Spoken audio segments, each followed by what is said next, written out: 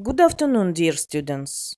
Let's start new topic, diuretic drugs. Let's talk about renal physiology. Approximately 60 to 20% of the blood plasma entering the kidneys is filtered from the glomerular capillaries into Bowman's capsule. The kidney regulates the ionic composition and volume of urine by the reabsorption or secretion of the ions and water at 5 functional zones along the nephron, namely the proximal convoluted tubule, the descending loop of Henle, the ascending loop of Henle, the distal convoluted tubule, and the collecting duct.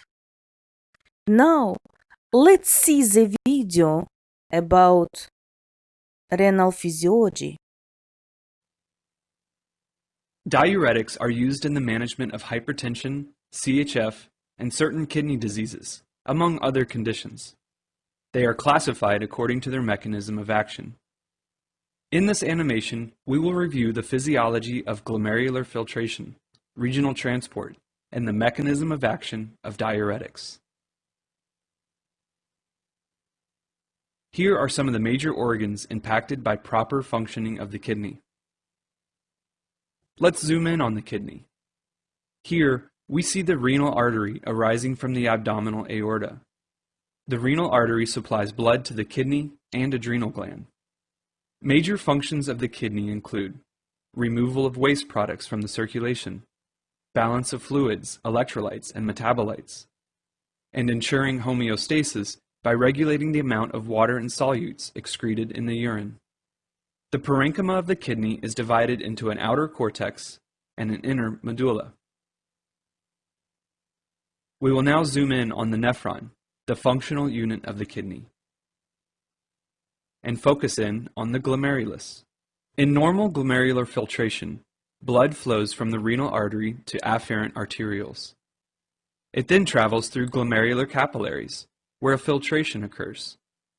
The filtrate passes through the proximal tubule, where most filtered substances are reabsorbed back into circulation. What remains unfiltered in the blood continues on through the efferent arteriole. Now that we have reviewed glomerular filtration, let's proceed to regional transport and the mechanism of action of diuretics.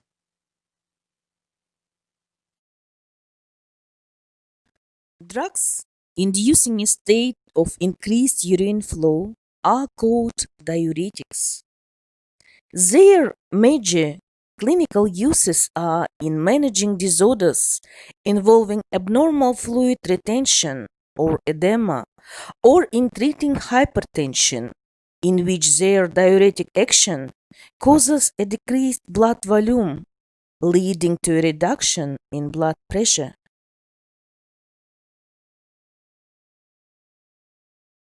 Let's discuss classification of diuretics. The first group of diuretics is carbonic anhydrase inhibitors. The main representative of this group is acetazolamide. The second group of diuretics is osmotic diuretics. This group contains glycerol, urea, mannitol, isosorbide. The third group of diuretics is loop diuretics, which contain furosemide, bumetanide, toracimide, etacrinic acid.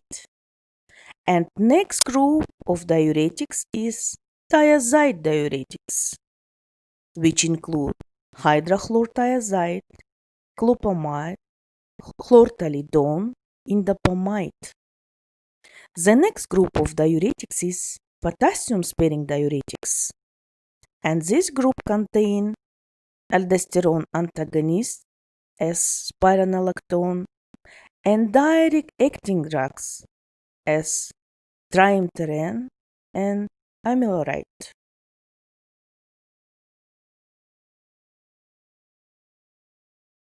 Let's talk about thiazide diuretics. The thiazides are the most widely used of the diuretic drugs.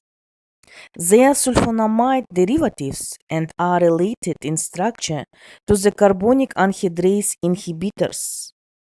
All thiazides affect the distal tubule and all have equal maximum diuretic effect. Now let's see the video about thiazide diuretics. The mechanism of action of thiazide diuretics will now be reviewed. Thiazides, labeled here as THZ, block the sodium chloride symport, thus inhibiting their reabsorption, which will lead to a low intracellular sodium concentration. Meanwhile, calcium enters the cell through a parathyroid hormone-dependent channel. Also, sodium is pumped across some basal membrane via the sodium-potassium ATPase, leading to a low sodium intracellular concentration. This causes sodium to be exchanged for intracellular calcium by the sodium-calcium antiporter. Thus, calcium is absorbed into the blood. This is how thiazides produce hypercalcemia. Let's discuss the mechanism of action of thiazide diuretics. The thiazide derivatives act mainly in the distal tubule to decrease the reabsorption of sodium by inhibition of sodium chloride cotransporter on the luminal membrane. They have a laser effect in the proximal tubule. As a result, these drugs increase the concentration of sodium and chloride in the tubular fluid.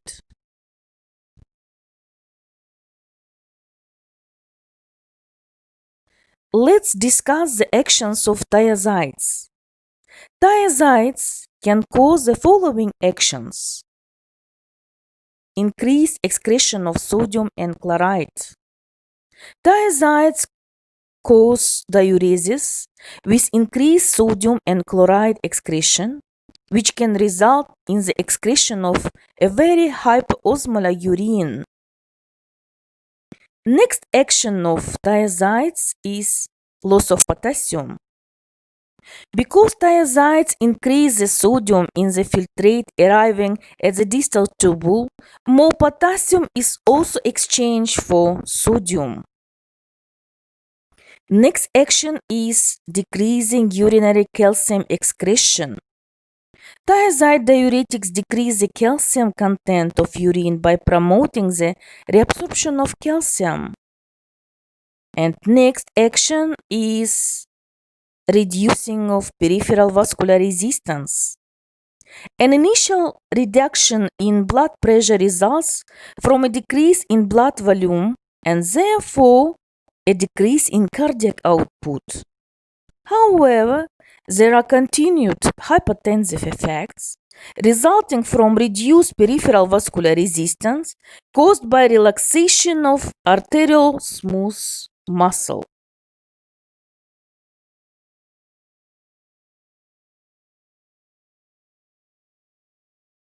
Therapeutic uses of thiazide diuretics.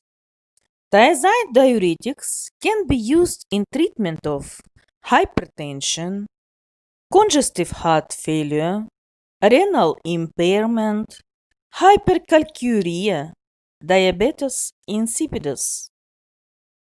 Clinically, the thiazides have long been the mainstay of antihypertensive medication. They are effective in reducing systolic and diastolic blood pressure for extended periods in the majority of patients with mild to moderate essential hypertension. Thiazides can be the diuretic of choice in reducing extracellular volume in mild to moderate congestive heart failure. And also, thiazides can be used in renal impairment.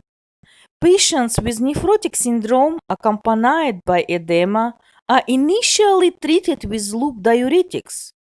Only if this treatment fails are they given thiazide in conjunction with a loop diuretic. Thiazides also can be useful in treating idiopathic hypercalciuria because they inhibit urinary calcium excretion.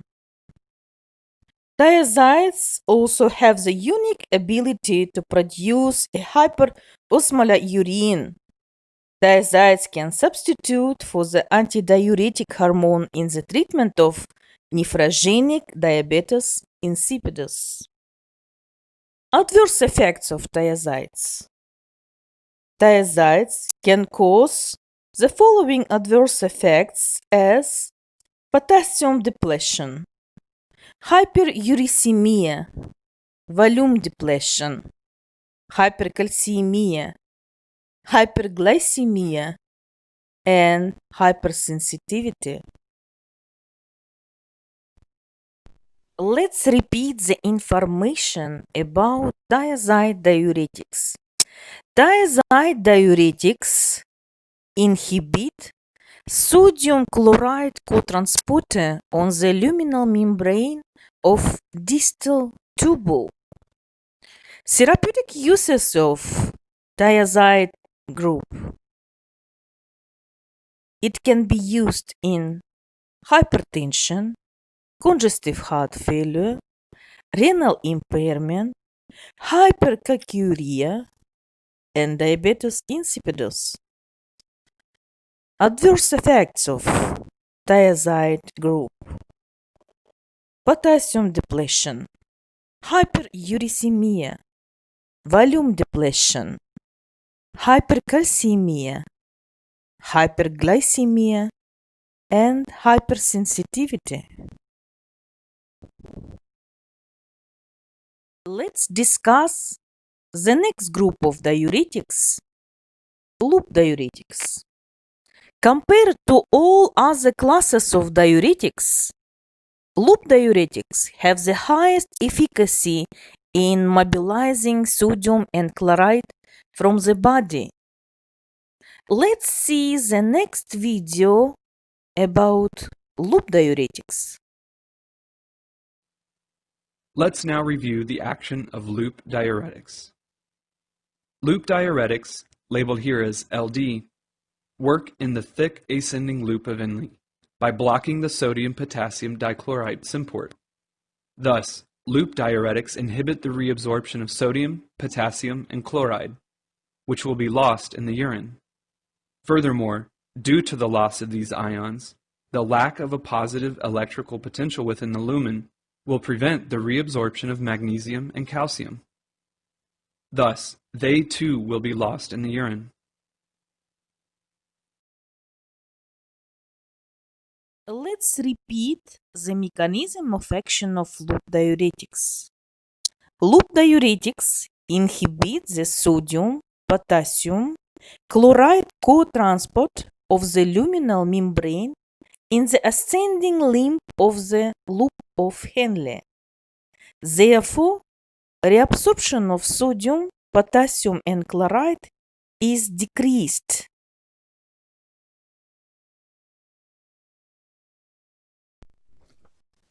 Therapeutic uses of loop diuretics.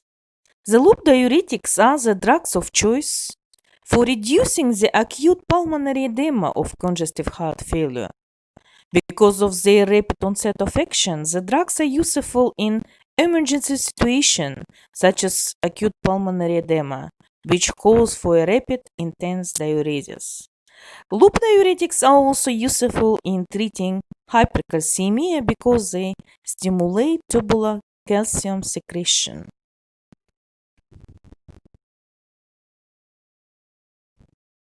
Adverse effects of loop diuretics. Loop diuretics can cause ototoxicity. Hearing can be affected adversely by the loop diuretics, particularly when used in conjunction with the aminoglycosides. Hyperuricemia is the next adverse effect of loop diuretics. Furosemide and betacrinic acid compete with uric acid for the renal and biliary secretory systems, thus blocking its secretion and thereby causing or exacerbating gouty attacks. The loop diuretics also can cause acute hypovolemia. They can cause a severe and rapid reduction in blood volume, with the possibility of hypertension, shock, and cardiac arrhythmias. The loop diuretics can cause potassium depletion.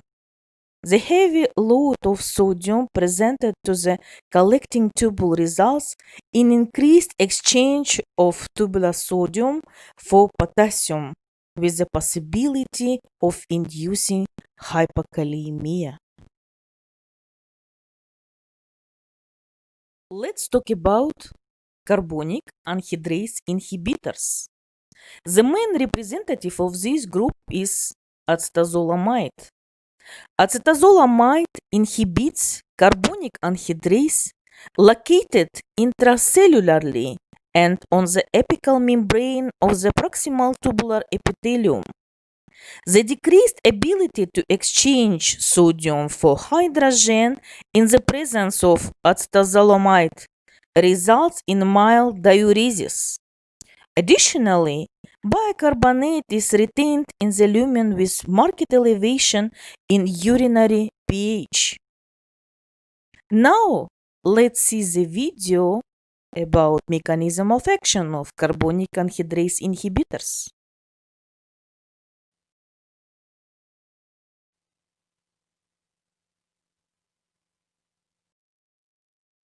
Let's take a closer look at the proximal tubule, the portion of the nephron that is most active in reabsorption and is the site of action for carbonic anhydrase inhibitors. Carbon dioxide easily diffuses from the lumen of the proximal tubule into epithelial cells. Once inside, carbon dioxide binds to water, and with the help of carbonic anhydrase 2, carbonic acid is formed. It then dissolves to form hydrogen and bicarbonate. Next, this hydrogen is exchanged with sodium through a channel known as the sodium-hydrogen antiporter, or exchanger, labeled here as NHE3. Once in the lumen, hydrogen ions bind to bicarbonate to form carbonic acid. Carbonic anhydrase 4 then cleaves carbonic acid to form water and carbon dioxide.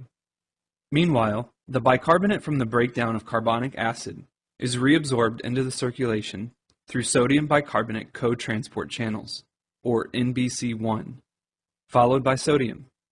Thus, for every hydrogen ion excreted, one bicarbonate ion is reabsorbed into the circulation. On the basolateral border of proximal tubule cells, the sodium-potassium ATPase pump exchanges 3 sodium ions for every 2 potassium ions. This creates the sodium gradient that's used by the sodium proton antiporter. Due to this concentration gradient, potassium ions within epithelial cells diffuse freely through potassium channels into the circulation. The mechanism of action of carbonic anhydrase inhibitors.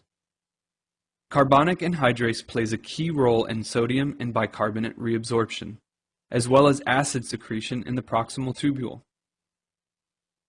Again, carbon dioxide easily diffuses across the membrane into epithelial cells to bind water with the help of carbonic anhydrase 2. Carbonic anhydrase inhibitors, or CAI, such as acetazolamide, bind to carbonic anhydrase and prevent the formation of carbonic acid. Therefore, the sodium exchange with hydrogen, described earlier, is prevented, which will affect subsequent formation of carbonic acid in the lumen. This will cause decreased reabsorption of sodium and bicarbonate from the lumen, which can result in metabolic acidosis.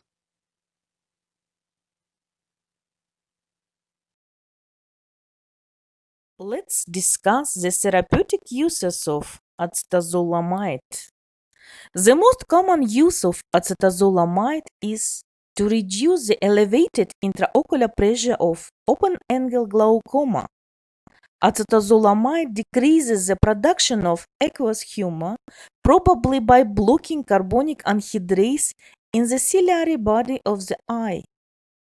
Acetazolamide is sometimes used in the treatment of epilepsy, both generalized and partial. It reduces the severity and magnitude of seizures. Less commonly, acetazolamide can be used in the prophylaxis of acute mountain sickness among healthy, physically active individuals who rapidly ascend above 10,000 feet. Let's talk about adverse effects of acetazolamide. Metabolic acidosis, potassium depletion, renal stone formation, drowsiness, and paresthesia may occur.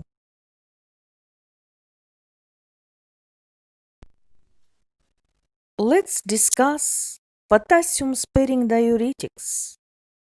These agents act in the collecting tubule to inhibit sodium reabsorption, potassium secretion, and hydrogen secretion.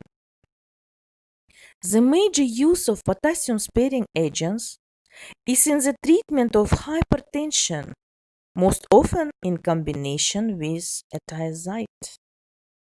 Let's see next video about mechanism of action of potassium-sparing diuretics.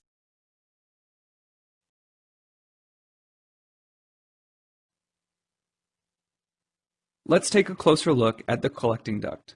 The collecting duct is the main site of action for aldosterone. Aldosterone, labeled here as ALD, will enter the cell and bind with its receptor, labeled as AR. The major effects of aldosterone are stimulating epithelial sodium channels, thus increasing sodium reabsorption and creating a negative electrical potential within the lumen. Aldosterone also stimulates sodium-potassium ATPase pumps, allowing sodium to enter into the blood and potassium into the cell. Due to the negative electrical potential within the lumen, potassium is secreted through ungated channels. We will now review the mechanism of action of spironolactone. Spironolactone, labeled here as SPL, is a potassium-sparing agent that blocks the aldosterone receptor, inhibiting its effects. This will decrease sodium reabsorption and thus prevent the loss of potassium.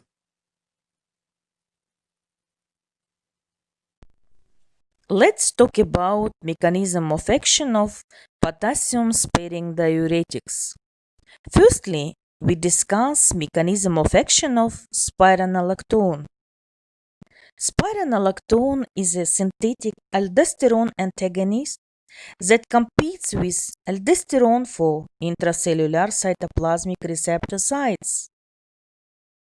The spironolactone receptor complex is inactive, that is, it prevents translocation of the receptor complex into the nucleus of the target cell and thus does not bind to DNA. This results in a failure to produce proteins that are normally synthesized in response to aldosterone. These mediator proteins normally stimulate the potassium-sodium exchange sites of the collecting tubule. Thus, a lack of mediator proteins prevents sodium reabsorption and therefore potassium and hydrogen secretion. Triamterene and amiloride have different mechanism of action. Triamterene and amiloride block sodium transport channels, resulting in a decrease in sodium-potassium exchange. They have potassium-sparing diuretic action similar to that of spironolactone. The ability of these drugs to block the potassium-sodium exchange site in the collecting tubule does not depend on the presence of aldosterone. Let's talk about therapeutic uses of spironolactone. Spironolactone can be used as diuretic agent. Also, spironolactone has a low efficacy in mobilizing sodium from the body in comparison with other drugs. It has a useful property of causing the retention of potassium. Because of this lazy action, spironolactone is often given in conjunction with thiazide or loop diuretic to prevent potassium excretion that would otherwise occur with these drugs. Spironolactone can be used in secondary hyperaldosteronism. It is the only potassium-sparing diuretic that is routinely used alone to induce net negative salt balance. It is particularly effective in clinical situations associated with secondary hyperaldosteronism. Adverse effects of spironolactone. Spironolactone can cause gynecomastia in males and menstrual irregularities in females. Spironolactone can cause also hyperkalemia, lethargy, and mental confusion. Osmotic diuretics are a mainstay of treatment for patients with increased intracranial pressure or acute renal failure due to shock, drug toxicities, and trauma. Now let's see the next video about mechanism of action of osmotic diuretics.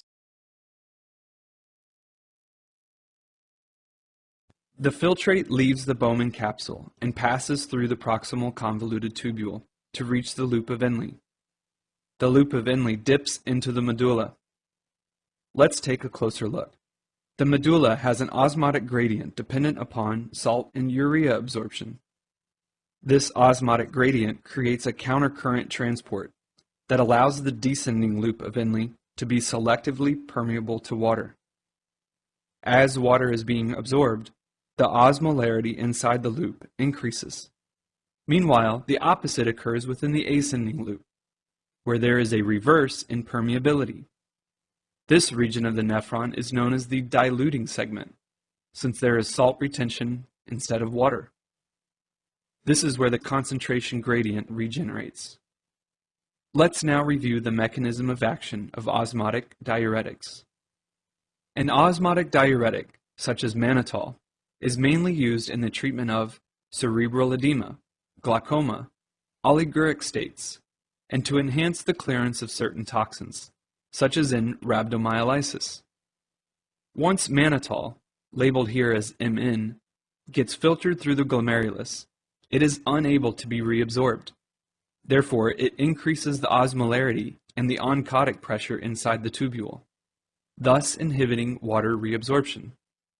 Although this drug acts on the entire tubule, its primary site of action is within the proximal tubule.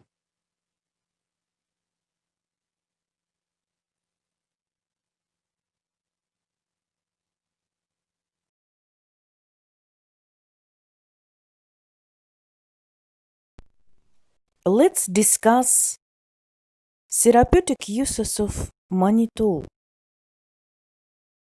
Mannitol can be used in promotion of diuresis, in the prevention or treatment of acute renal failure, and also it can be used in reduction of intracranial pressure. Mannitol can be used also in reduction of high intraocular pressure and promotion of urinary excretion of toxic materials. Adverse effects of mannitol. Mannitol can cause dehydration, hypertension, electrolyte imbalance, and other adverse effects. Let's repeat the information about diuretics and let's watch the next video about diuretics. Diuretics are substances that increase production of urine. Most diuretics act to increase excretion of sodium, which is followed by water. Because increased urine production results in reduced blood volume, diuretics are commonly used to treat primary hypertension and edema. Changes in body fluid and electrolytes induced by diuretics can also be therapeutic for some other conditions. Sodium and water are filtered in the glomerular capsule of nephrons, then reabsorbed back to the blood at various sites along the renal tubule. Different classes of diuretics prevent sodium reabsorption and thus increase sodium loss at different sites by different mechanisms. Carbonic anhydrase inhibitors inhibit the enzyme carbonic anhydrase, which is required for reabsorption of bicarbonate in the proximal tubule.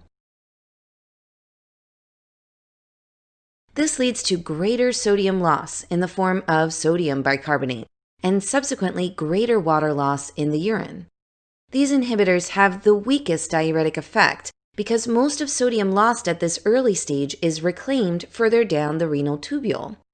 Increased delivery of sodium to the collecting duct increases its reabsorption at this site through epithelial sodium channels in exchange for a greater potassium loss and may cause hypokalemia.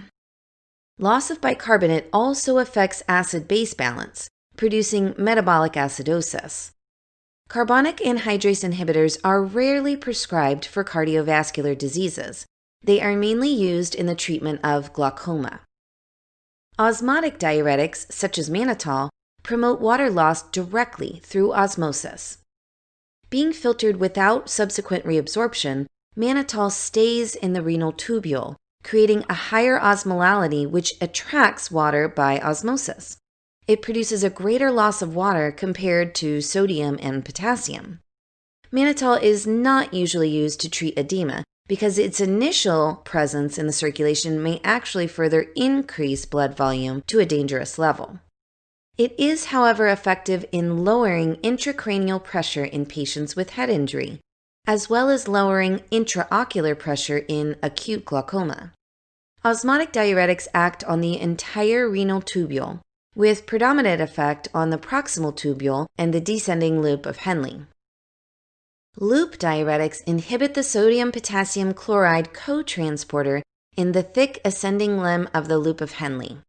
These are very powerful diuretics because this transporter not only reabsorbs a large share of sodium, but is also responsible for the osmolarity gradient in the medulla that enables the collecting duct to concentrate urine.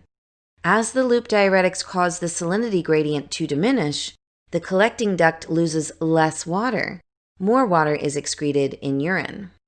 Because the sodium-potassium chloride cotransporter acts in conjunction with back diffusion of potassium to create a positive lumen potential that drives reabsorption of other positive ions, its inhibition by loop diuretics also induces a greater loss of these ions.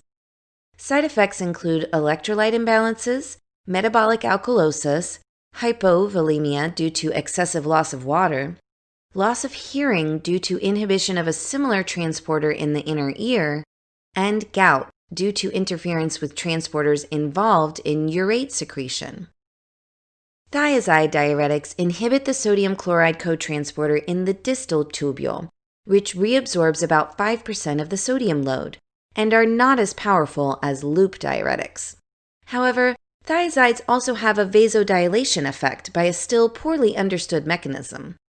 Thiazides are first-line drugs for uncomplicated hypertension and most effective for heart failure prevention. Unlike loop diuretics, thiazides reduce calcium loss in urine and can be used to prevent formation of new calcium kidney stones. This is because lower intracellular sodium induced by thiazides leads to higher calcium reabsorption mediated by sodium-calcium exchanger located on the basolateral membrane. Other side effects are similar to those of loop diuretics and include hypokalemia, metabolic alkalosis, and hyperuricemia. Potassium-sparing diuretics act mainly in the collecting duct. Here, sodium reabsorbs through epithelial sodium channels, ENaC, then sodium-potassium pump in exchange for potassium loss. Sodium influx into cells creates a negative lumen potential, which drives reabsorption of chloride and excretion of potassium and hydrogen. Both ENaC and sodium-potassium pump are induced by aldosterone. Potassium-sparing diuretics include aldosterone receptor antagonists and direct ENaC inhibitors. They are called potassium-sparing because they do not increase potassium loss, unlike all other diuretics acting upstream. Instead, they reduce potassium loss because reduced sodium reabsorption decreases the electrogenic exchange for potassium. Aldosterone antagonists also directly inhibit the sodium-potassium pump, reducing potassium loss. Because the collecting duct reabsorbs only a small amount of sodium, this class of drugs has only a mild diuretic effect. They are commonly used in conjunction with thiazide or loop diuretics to prevent hypokalemia. Side effects include hyperkalemia, metabolic acidosis, and effects associated with inhibition of aldosterone.